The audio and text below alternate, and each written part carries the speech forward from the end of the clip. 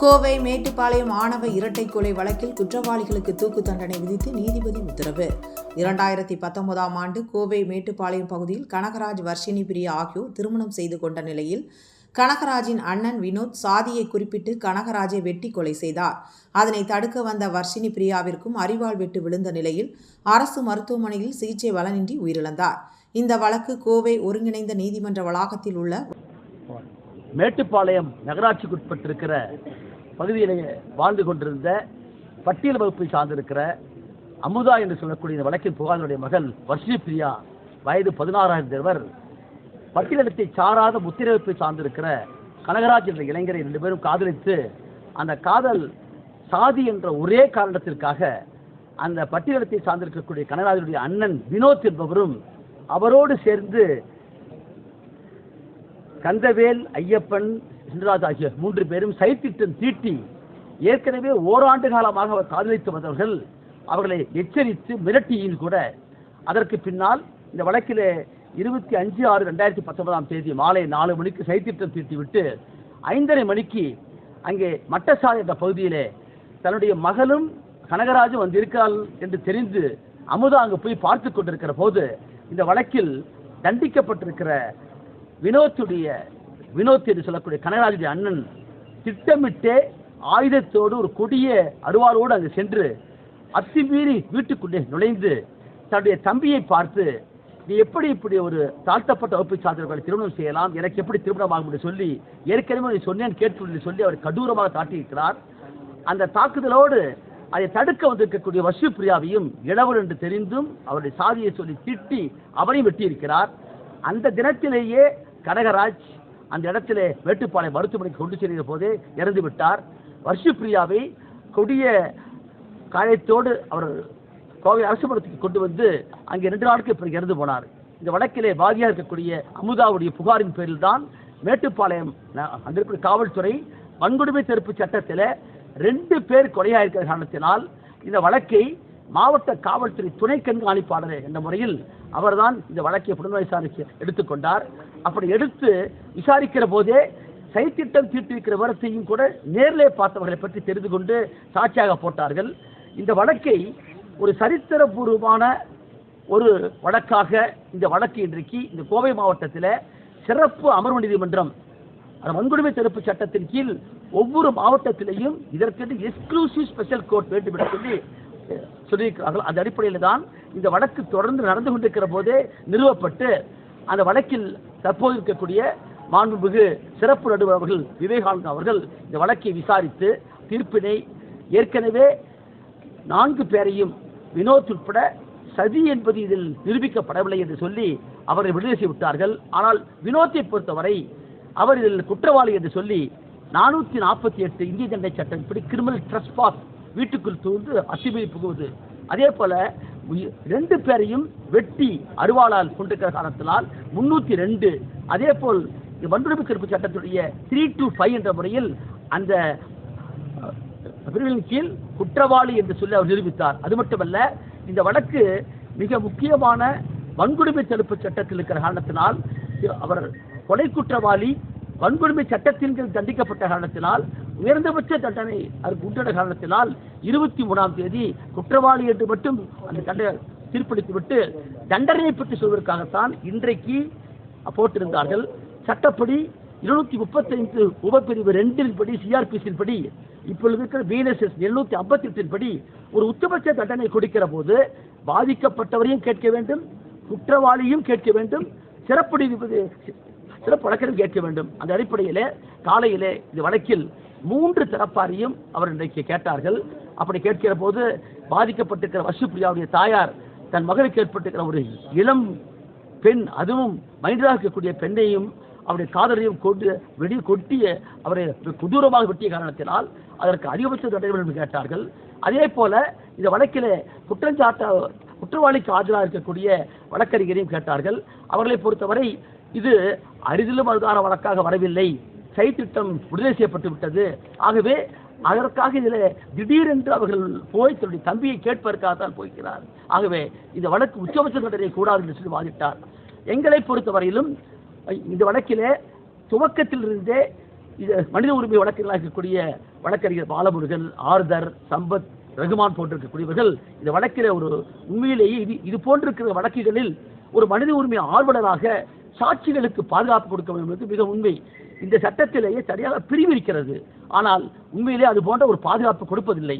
இந்த வழக்கில் மனித உரிமை வழக்குகளாக இருந்த காரணத்தினால் தான் அவர்களுக்கெல்லாம் பாதுகாப்பு கொடுக்கப்பட்ட காரணத்தினால் இந்த வழக்கை விசாரித்து அதில் குற்றப்பத்திரிகை தாக்கல் செய்த பின்னால் 16 சாட்சிகளை நாங்கள் விசாரித்தோம். அப்படி விசாரித்த பின்னால் இன்றைக்கு வரலாற்று சிறப்புமிக்க ஒரு தீர்ப்பினை இந்த நீதிமன்றத்தில் நம்முடைய சிறப்பு நடுவர் அவர்கள் மாண்புமிகு விவேகானந்த அவர்கள் வழங்கியிருக்கிறார்கள். அதன்படி 448 கிரிமினல் ட்ரெஸ்பாஸ் என்ற ஹவுஸ் என்ற முறையில் அதற்கு ஓராண்டும் 1000 ரூபாய் விதித்து தண்டனை வைத்திருக்கிறார்கள். அடுத்தபடியாக 2 பேர், இளவர் வர்ஷிப்ரியா, கனகராஜ் 22 வயது, 2 பேர் கொடூரமாக சாதியை அடிக்கிற என்ற ஒரே காரணத்திற்காக, காதலித்தாளர் காரணத்திற்காக கொலை செய்யப்பட்ட காரணத்தினால் 302 பிரகாரம் தூக்கு தண்டனை விதித்து தீர்ப்பளித்திருக்கிறார். இதில் அதிகபட்ச தண்டனையாக தூக்கு தண்டனை விதித்த காரணத்தினால் சிறப்பு சட்டமாக இருக்கக்கூடிய வன்கொடுமை தடுப்பு சட்டத்தில் 3, 2 மற்றும் 5 சொல்லக்கூடிய அந்த பிரிவின் கீழ் அவர் தண்டிக்கப்பட்டிருந்தாலும் கூட அதிகபட்ச தண்டனை கொடுத்திருக்கிற காரணத்தினால் தனியாக தண்டனை இல்லை என்று கூறியிருக்கிறார். எப்படி இருப்பினும் இது ஒரு கோகுல்ராஜ் வழக்குக்கு பின்னால் தமிழ்நாட்டிலே ஒரு வரலாற்று சிறப்புமிக்க தீர்ப்பாக நான் பார்க்கின்றோம். என்னென்னு கேட்டால் ஒரு ஆணவ கொலை. இது ஏற்கனவே இது போன்றிருக்கிற ஆணவ கொலைகள் தமிழ்நாட்டிலே கண்ணகி முருகேசன் தொடங்கி திவ்யா இளவரசிலிருந்து அதே போல் கோகுல்ராஜ் மற்றும் சங்கர் கௌசல்யா மற்றும் இன்றும் தொடர்ந்து கொண்டிருக்கிற காட்சியாக இருக்கிறது. ஆகவே சட்டத்திலே இன்றைக்கு 75 ஆண்டுகளை கடந்த பின்னால் தீண்டாமை ஒழிக்கப்பட்டு விட்டது என்று நாம் சொல்கிறோம் தவிர நடைமுறை அது இல்லை. அதை உருவாக்குவதற்கு இன்றைக்கு இருக்கிற ஒரே வாய்ப்பு நீதிமன்றத்தின் முன்னாலே குற்றம் சேர்க்கக்கூடிய ஆணவ கொலைகாரர்களை, சாதி ஆணவ கொலைகாரர்களை நிறுத்தி விசாரித்து முறையான தண்டனை கொடுக்க வேண்டும் என்ற அடிப்படையிலே இந்த வழக்கு நடத்தப்பட்டிருக்கிறது. உண்மையிலேயே அந்த நீதிமன்றத்தை பொறுத்தவரை அவருக்கு குற்றம் சாட்டப்பட்டு இந்த குற்றவாளி என்று தீர்ப்பளிக்கப்பட்டு தூக்கு தண்டனைக்கு உள்ளாக்கப்பட்டவருக்கு அதிகபட்சமான வாய்ப்பு கொடுக்கப்பட்டிருக்கிறது. இந்த கோவை நீதிமன்றத்திலே மிக முக்கியமாக இருக்கக்கூடிய மூத்த வழக்கறிஞர்கள் எல்லாம் நியமித்தார்கள். ஆனால் திட்டமிட்டே ஒவ்வொரு முறையும் பல வழக்கறிஞர்கள் எல்லாம் சேர்த்தாமல் இந்த வழக்கு நீடிக்கப்பட்டு ஏறக்குறைய 300 வாய்தாவுக்கு மேல் வந்திருக்கிறது இன்றைக்கு. ஆகவே இதை பொறுத்தவரையிலும் அவர் கொடுக்கப்பட்டிருக்கிற தண்டனை எங்களை பொறுத்தவரை நான் அங்கு வாதாடுகிற போது இவர்களுக்கு வாழ்நாள் இறுதி மூச்சு வரை வாழ்நாள் சிறை கொடுக்க வேண்டும். எந்த விதமான ரெமிஷனோ எந்த விதமான பரோல் போன்ற எந்த விதமான உரிமையை கொடுக்க வேண்டும் என்று சொன்னோம். ஆனால் நீதிமன்றம் சாதி என்ற ஒரே காரணத்திற்காகத்தான் இந்த காதல் கொல்லப்பட்டிருக்கிறார்கள். ஆகவே உச்சபட்ச நீதிமன்றம் அவர் பார்த்திருக்கிற பல நீதிமன்ற தீர்ப்புகளை படித்துவிட்டு 1980ஆம் ஆண்டு பச்சன் சிங் வழக்கில் கான்ஸ்டிடியூஷனல் பெஞ்ச் கொடுத்திருக்கிற தீர்ப்பு, மச்சி சிங் வழக்கில் கொடுத்திருக்கிற தீர்ப்பு அக்ரவேட்டிங் மிட்டிகேட்டிங் சர்க்கம்ஸ்டான்சஸ் சொல்வார்கள். அரிதிலும் அரிதான வழக்கு என்பது இந்த மனிதன் இன்றைக்கு தண்டிக்கப்பட்டிருக்கிற மனிதன் சமூகத்தில் வாழ்வதற்கே இன்னைக்கு லாயக்கற்றவர். அவரால் இந்த சமூகம் பழுதடைந்துவிடும், மாசுபட்டுவிடும் என்ற காரணத்தினால் அவருடைய பார்வையில், நீதிமன்றத்தின் பார்வையிலே அரிதிலும் அரிதான வழக்குக்கு தூக்கு தண்டனை என்று கொடுத்திருக்கிறார்கள். ஆகவே இந்த தீர்ப்பை பொறுத்தவரை ஒரு வரலாற்று சிறப்புமிக்க தீர்ப்பு. எங்களை பொறுத்தவரை இனிமேல் கொண்டாவது சமூகத்தில் இது போன்றிருக்கிற சாதிய வன்முறை இருக்காது, சாதிய ஆதிக்கத்தின் வன்முறை அது நீடிக்கக்கூடாதவருக்கு இந்த நீதிமன்றம் கொடுத்திருக்கிற மிக முக்கியமான தீர்ப்பாகும். அந்த அடிப்படையிலே நாங்கள் கேட்பதெல்லாம் தண்டனை அல்ல எங்களுக்கு முக்கியம். அதை காட்டிலும் இந்த சமூகத்தில் ஏற்கனவே லா கமிஷன் 242 கீழ் தனிச்சட்டம் வேண்டும் என்று சொல்லி லா கமிஷன் சட்ட கமிஷன் பரிந்துரைத்தது. 2012ஆம் ஆண்டே நம்முடைய பாராளுமன்றத்திலே ராஜ்யசபாவிலே இதற்கான ஒரு மசோதா கொண்டு வரப்பட்டது. ராஜஸ்தானிலே ஒரு சட்ட திருத்தம் கொண்டு வரப்பட்டது. ஆனால் தனிச்சட்டம் இல்லாத காரணத்தினால் தான் தொடர்ந்து இது போன்ற வன்முறைகள் வெடித்துக் கொண்டிருக்கின்றன. தமிழ்நாட்டில் இன்றைக்கும் தொடர்கிறது. அது பள்ளிக்கரணையில், நம்முடைய திருச்செங்கோடு சத்தியமங்கலத்தில் என்று சொல்லி தமிழ்நாடு ஒரு சமூக நீதிக்கான களமாக இருந்தாலும் கூட சாதி என்பது 2000 ஆண்டுகளாக உருவாக்கப்பட்டிருக்கிற ஒரு கொடுமையான என்ற முறையில் தான் ஒருவரை ஒருவர் வயது வந்த ஒருவரும் வயது வந்த பெண்ணுமானும் காதலிப்பது என்பது இயற்கையில் பார்ப்பட்டது. சட்டம் அங்கீகரிக்கிறது. இந்த சமூகத்தை சமத்துவப்படுத்துவதற்கு சாதியை ஒழித்து சாதி அற்ற திருமணம், சாதி மறுப்பு திருமணம் தான் வேண்டும் என்று சொல்லி அம்பேத்கரும் பெரியாரும் போன்றிருக்கிறவர்களெல்லாம் போராடினார்கள். சட்டம் உருவப்பட்டது. ஆகவே இந்த இருக்க தீர்ப்பானது ஒரு சிறந்த தீர்ப்பாக நான் பார்க்கின்றேன். இது தனிப்பட்ட முறையில் நான் ஒரு சிறப்பு வழக்கறிஞராக மட்டுமல்ல, நான் முகமே தவிர எனக்கு பின்னாலே வழக்கறிஞர் பாலமுருகன் போன்றிருக்கிறவர்கள், ஆர்தர் போன்றிருக்கிறவர்கள், சம்பத் ரகுமான், நிக்கோலஸ் போன்றிருக்கிறவர்கள், இளம் வழக்கறிஞர்கள் இன்றைக்கு நூற்றுக்கணக்கான பேர் திரண்டிருக்கிறார்கள். இது உண்மையிலேயே 76ஆம் ஆண்டில் இந்த அரசியல் சட்டத்தை ஏற்றுக்கொண்டு நாம் பொறுத்திருக்கிற இந்த 76ஆம் ஆண்டில் சமூகத்தில் சமத்துவம் வேண்டும் என்று சொன்னால் சமூக நீதியோடு கொண்டிருக்க வேண்டும் என்பதை ஏற்படுத்துவாக இருக்கிறது. ஆகவே இந்த வழக்குக்காக, இந்த நியாயமான ஒரு தீர்ப்பு கிடைப்பதற்காக இளம் வழக்கறிஞர்கள் பல்வேறு, குறிப்பாக இளம் பெண் வழக்கறிஞர்கள் வந்து அவைகளை கண்டதும், அவருடைய வாதங்களை கேட்டதும், அவருடைய கருத்துக்களை தெரிவித்ததும் உண்மையிலே பாராட்டுக்குரியது. அதே போல இந்த வழக்கிலே காவல்துறையினுடைய சார்பில் ஏறக்குரிய துவக்கத்தில் இருந்திருக்கக்கூடிய அந்த காவல் ஆய்வாளர் நவநீத கிருஷ்ணன் சொல்லக்கூடியவர், அதேபோல் இந்த வழக்கிலே வந்து ஒவ்வொரு முறையும் சாட்சிகளை கொண்டு வரக்கூடிய ஜேசுபாலன் மற்றும் லதா என்று சொல்லக்கூடிய பெண் காவலர், இவர்கள் எல்லாம் உண்மையிலே பாராட்டுகின்றேன். என்று கேட்டால் காவல்துறை இதை போன்றிருக்கிறவைகளை செய்கிற போதுதான் அரசியல் சாசனத்துடைய முகப்பில் கண்டிருக்கிற உண்மையான ஒரு சமத்துவத்தை உணர முடியும். ஆகவே இந்த வழக்கில் உதவி செய்திருக்கக்கூடிய இளம் வழக்கறிஞர்கள், மூத்த வழக்கறிஞர்கள், மனித உரிமை வழக்கறிஞர்கள், குறிப்பாக கோவையிலே தமிழ்நாட்டிலேயே இப்படிப்பட்ட ஒரு சிறப்பான ஒரு வழக்கறிஞர் பங்களிப்பு நான் பார்த்தேன். கோகுல்ராஜ் வழக்கிலே மதுரையிலே கொடுக்கிற போது இந்தியாவே வந்திருந்தது, உலகம் முழுக்க வந்திருந்தார்கள் பார்த்தோம். அதே போல இன்றைக்கு இளம் வழக்கறிஞர்கள் இவ்வளவு பேர் பங்கு கொண்டிருப்பது பாராட்டுக்குரியது. அதே போல ஊடக நண்பர்கள் உண்மையிலேயே பாராட்டுக்குரிய வேண்டும் என்றால் ஊடகத்தினுடைய வன்மை அதனுடைய தொடர்பு இருக்கிறதே, அது இன்றைக்கு மக்களுக்கு செல்கிற போதுதான் இது ஒரு கருத்து பௌதிக சக்தியாக மாற முடியும். சாதி என்பது ஒரு மனநோய் தான், ஒரு நோய் நெறி என்கின்றார் அம்பேத்கர். ஆகவே அதை போக்குவதற்கு கல்டிவேஷன் ஆஃப் மைண்ட் என்ற வார்த்தையை பயன்படுத்துகிறார். அதற்கு ஊடகங்கள் இன்றைக்கு மிகப்பெரிய கோவைக்கு என்று ஒரு வரலாறு இருக்கிறது. அந்த அடிப்படையில் ஊடக நண்பர்கள், பத்திரிகையாளர்கள் இந்த வழக்குக்கு வந்து இந்த விவரத்தை கேட்டதும் இவர்களை பரப்புவதற்கு உதவி செய்வதற்காக நான் அத்தனை பேருக்கும் நன்றி சொல்ல கடமைப்பட்டிருக்கிறேன். அதே போல சமூக இயக்கங்கள் பல பேர் இதில் பங்கெடுத்திருக்கிறார்கள். அவர் உட்பட அத்தனை பேருக்கும் நன்றி தெரிவித்துக்கிறேன். கண்டிப்பா செய்வாங்க. இப்ப ஜட்ஜ்மெண்ட் வாங்கி நாங்கள் பார்த்துட்டு எங்களை பொறுத்த வரைக்கும் இந்த வழக்கு நடத்தியது என்ற முறையில் கிரிமினல் கான்ஸ்பிரசி, குற்றமுறு சதி என்பதற்கு அசைக்க முடியாத ஆதாரமாக சாட்சி இருக்கிறது. ஆகவே அந்த அடிப்படையில் விடுவிக்கப்பட்டிருக்கிற அந்த செக்ஷன் கீழையும் நாங்கள் மேல்முறை செய்வோம். அந்த அடிப்படையில் வந்து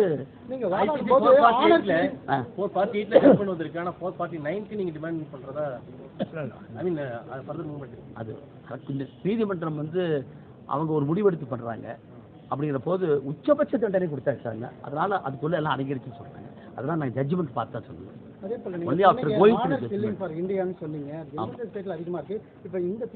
இந்தியாவிலேயே வந்து இப்ப 2024ஆம் ஆண்டு ஒரு சென்சஸ் எடுத்தோம். 2020 24 வரைக்கும் இந்தியா முழுக்க இருக்கக்கூடிய மாநிலங்கள்ல ரைட் டு இன்ஃபர்மேஷன் ஆக்ட்ல போட்டு இந்த சட்டம் எந்த அளவுக்கு அமல்படுத்தப்பட்டிருக்கிறது. ஏன்னா this is a preventive act. ஒரு குற்றம் நடந்த பிறகு வரதில்ல. பேரே பார்த்தீங்கன்னா பிரிவென்ஷன் ஆஃப் அட்ராசிட்டிஸ் ஆக்ட் ஆகுது. வன்கொடுமை தடுப்பு சட்டம் வருவதற்கு முன்பாகவே அந்த மாவட்ட நிர்வாகம், காவல்துறை, ஆட்சியாளர்கள் வந்து ஆக்ட், அதாவது அட்ராசிட்டி ப்ரோன் ஜோன் என்று சொல்லி அவர்களை வந்து ஆய்வு செய்யணும். அதுக்காக நோடல் ஆஃபீஸர்ஸ் இருக்காங்க, அதுக்காக போலீஸாக இருக்காங்க, தனி மாவட்ட அதிகாரிகள், செயலாளர், தலைமைச் செயலாளருடைய ஈக்குவல் ரேங்கில் ஒருத்தர் இருக்காரு. இதெல்லாம் வந்து இது சட்டத்தில் இருக்குது. ஆனால் நடைமுறையில் வந்து அமல்படுத்தவில்லை. இந்தியா முழுக்க நாங்கள் வந்து ஆய்வு செய்து பார்த்து மதன் லாக்கூர்னு சொல்லக்கூடிய ரிட்டையர்டு ஜட்ஜோட தலைமையில் ஒரு குழு ஏற்படுத்தி நாங்கள் வந்து ஆய்வு பார்த்த போது இந்தியாவில் குஜராத், ராஜஸ்தான், அதே மாதிரி வந்து உத்தரப்பிரதேசம் மற்றும் தமிழ்நாடு உட்பட சொல்றேன், இந்த 4யுமே வன்கொடுமைகள் அதிகமாக இருப்பதாக குற்ற ஆவண காப்பகத்திலேயே நேஷனல் கிரைம் பியூரோ ரிப்போர்ட்லேயே வந்துருக்கு போறாங்க. தமிழ்நாடு ஒரு சமூக நீதிக்கான களமாக இருந்தாலும் கூட இந்த சாதி ஆணவ கொலைகளை பொறுத்த வரைக்கும் தொடர்வது என்பது நிச்சயமாக ஏற்றுக்கொள்ள முடியாது. வேங்கவையில் பார்த்தோம், இந்த வந்து அதே டிஓடி பட்டியெல்லாம் பலரெல்லாம் பார்த்துருக்கிறோம்.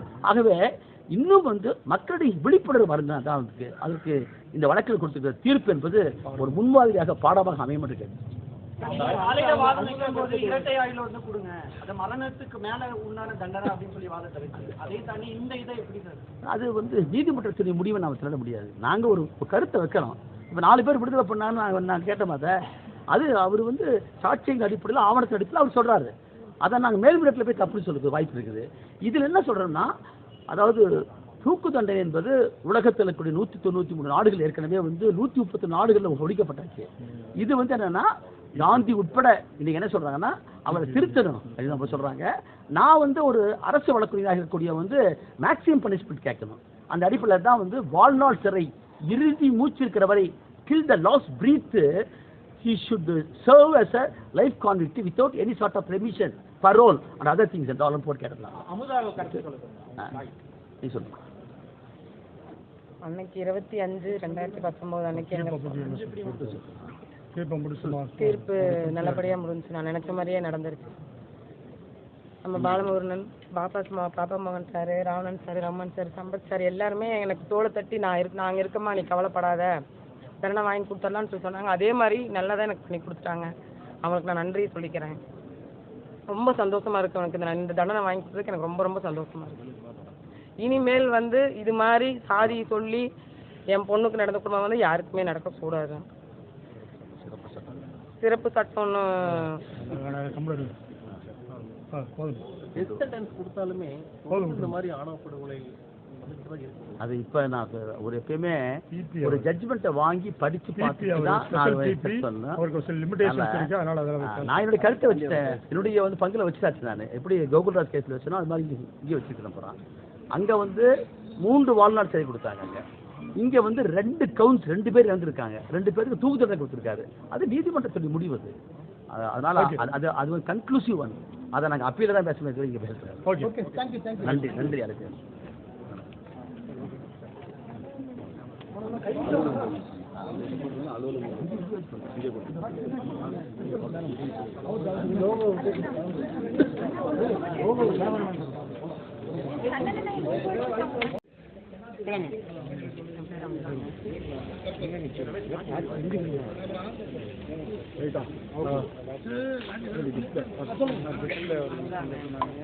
இந்த தீர்ப்பு வரவேற்க நான் ரொம்ப நன்றி.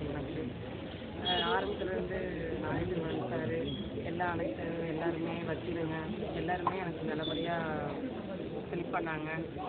எனக்கு ரொம்ப சந்தோஷம். இதுக்கு மேலே இன்னொரு தனி சட்டம் கொண்டு வரணும். என் பொண்ணுக்கு நடந்தது வேறு எந்த பொண்ணுக்கும் நடக்கக்கூடாது. அண்ணா நீங்கள் அண்ணா சென்டர் வந்துடுங்க. அக்கா கொஞ்சம் கேமரா பின்னாடி இல்லை தான். அதே முன்னாடி வரலாம். எல்லாரும் பக்கத்தில் கடந்த 2019ஆம் ஆண்டு மேட்டுப்பாளையத்தில் வசித்து வந்த அமுதா என்பவருடைய மகள் வர்ஷினி பிரியாவும் கனகராஜ் என்கிற இளைஞனும் காதலித்து வந்த நிலையில் பட்டியல் சாதி பெண்ணான வர்ஷினி பிரியாவை காதலித்த குற்றத்திற்காக கனகராஜ், வர்ஷினி பிரியா ஆகிய 2 பேரையுமே கனகராஜினுடைய உடன் பிறந்த சகோதரர் குற்றவாளி வினோத்குமார் மிக கொடூரமான முறையில் எப்படி கீழ்சாதி பெண்ணை நீ திருமணம் முடிக்கலாம் என்கிற சாதிய ஆணவத்தோடு மிக கொடூரமான முறையில் ஆணவ படுகொலை செய்திருக்கிறார். இந்த வழக்கு விசாரணைக்கு உட்படுத்தப்பட்டு இன்றைய தினம் தீர்ப்பு வழங்கப்பட்டிருக்கிறது. இந்த வழக்கில் வினோத்குமார் குற்றவாளி என்று தீர்ப்பளிக்கப்பட்டு சாகும் வரை தூக்கு என்கிற தண்டனை விதிக்கப்பட்டிருக்கிறது. இந்திய தண்டனை சட்ட பிரிவு 302 பிரிவின் கீழ் அதிகபட்ச தண்டனையாக தூக்கு வழங்கப்பட்டிருக்கிற காரணத்தினால் வன்கொடுமை தடுப்பு சட்ட பிரிவில் தண்டனை தேவையில்லை என்கிற கருத்தை பதிவு செய்திருக்கிறார். இந்த தீர்ப்பு ஆணவ படுகொலை செய்யக்கூடிய சாதி வெறியர்களுக்கும் சாதி மறுப்பு திருமணம் புரிபவர்களை சாதியின் பெயரால் வன்முறைக்கு ஆளாக்கப்படுபவர்களுக்கும் ஒரு சிறந்த பாடமாக இருக்க முடியும். இந்த வழக்கை மட்டுமல்ல, தமிழகத்தில் இந்தியாவில் நடைபெறுகிற சாதிய ஆணவ படுகொலைகளை மத்திய மாநில அரசுகள் கவனத்தில் எடுத்துக்கொண்டு சாதி ஆணவ படுகொலைக்கு எதிராக சிறப்பு சட்டம் ஒன்றை கொண்டு வர வேண்டும் என்று நாங்கள் தொடர்ச்சியாக குரல் கொடுத்து வருகிறோம். இந்த வழக்கையும் இது போன்ற வழக்கையும் முன்னுதாரணமாக எடுத்துக்கொண்டு மத்திய மாநில அரசுகள் சாதி ஆணவ படுகொலைக்கு எதிராக ஒரு தனி சிறப்பு சட்டம் கொண்டு வர வேண்டும் என்று இந்த நேரத்தில் நாங்கள் தெரியப்படுத்திக் கொள்கிறோம். வர்ஷினி பிரியாவிற்கும் கனகராஜுக்கும் ஏற்பட்டிருக்கிற இந்த வன்முறை வேறு யாருக்கும் நிகழாத வண்ணம் தடுப்பதற்கு இந்த சாதி ஆணவ படுகொலைக்கு எதிரான சட்டம் பயன்படும். எனவே அந்த சட்டத்தை உடனடியாக நடைமுறைப்படுத்த வேண்டும் என்று கேட்டுக்கொள்கிறோம். இந்த வழக்கில் மிக சிறந்த முறையில் எங்களுடைய பாதிக்கப்பட்டவர்களுடைய வாதத்தை எடுத்து வைத்த மூத்த வழக்கறிஞர் பாப்பா மோகன் அவர்களுக்கும், பாலமுருகன் அவர்களுக்கும், ஆர்தார் அவர்களுக்கும், சம்பத் உள்ளிட்ட வழக்கறிஞர் பாப்பா மோகன் ஐயா அவர்களுடைய மூத்த இளைய வழக்கறிஞர்களுக்கும், இந்த வழக்கில் உறுதுணையாக இருந்த தமிழ் புலிகள் உள்ளிட்ட சமூக சீர்திருத்த இயக்கங்களுக்கும் இந்த நேரத்தில் நெஞ்சார்ந்த நன்றியை சொல்ல கடமைப்பட்டது. இதுவரைக்கும் நடந்த ஆணவ படுகொலைக்கு எண்ணிக்கை அடிப்படையில் மிக குறைவுதான். இப்போ நாங்கள் கூட வாதத்தை வைக்கும்போது கூட அதிகபட்ச பண்ண தூக்கு வேண்டாம், சாகும் வரை ஆயுள் சிறை வச்சா போதுங்கிற அடிப்பில் நாங்களாம் மனித உரிமை மீறலுக்கு எதிராக செயல்படுகிற காலத்தில் அந்த வாதத்தை கூட வச்சோம். தூக்கு என்பது ஒரு சில வழக்குகள் தான் வழங்கப்பட்டிருக்கிறது. ஆனாலும் இந்த தண்டனை என்பது ஆணவ படுகொலைக்கு எதிரான சிறப்பு சட்டத்தின் அடிப்படையில் வழங்கப்பட்டால் இன்னும் அது கூடுதலான சிறப்பாக இருக்க முடியும் என்கிற காரணத்தில் அந்த வழக்கை நாங்கள் திரும்ப அந்த சட்டத்தை கேட்டுட்டேன். ஓகே.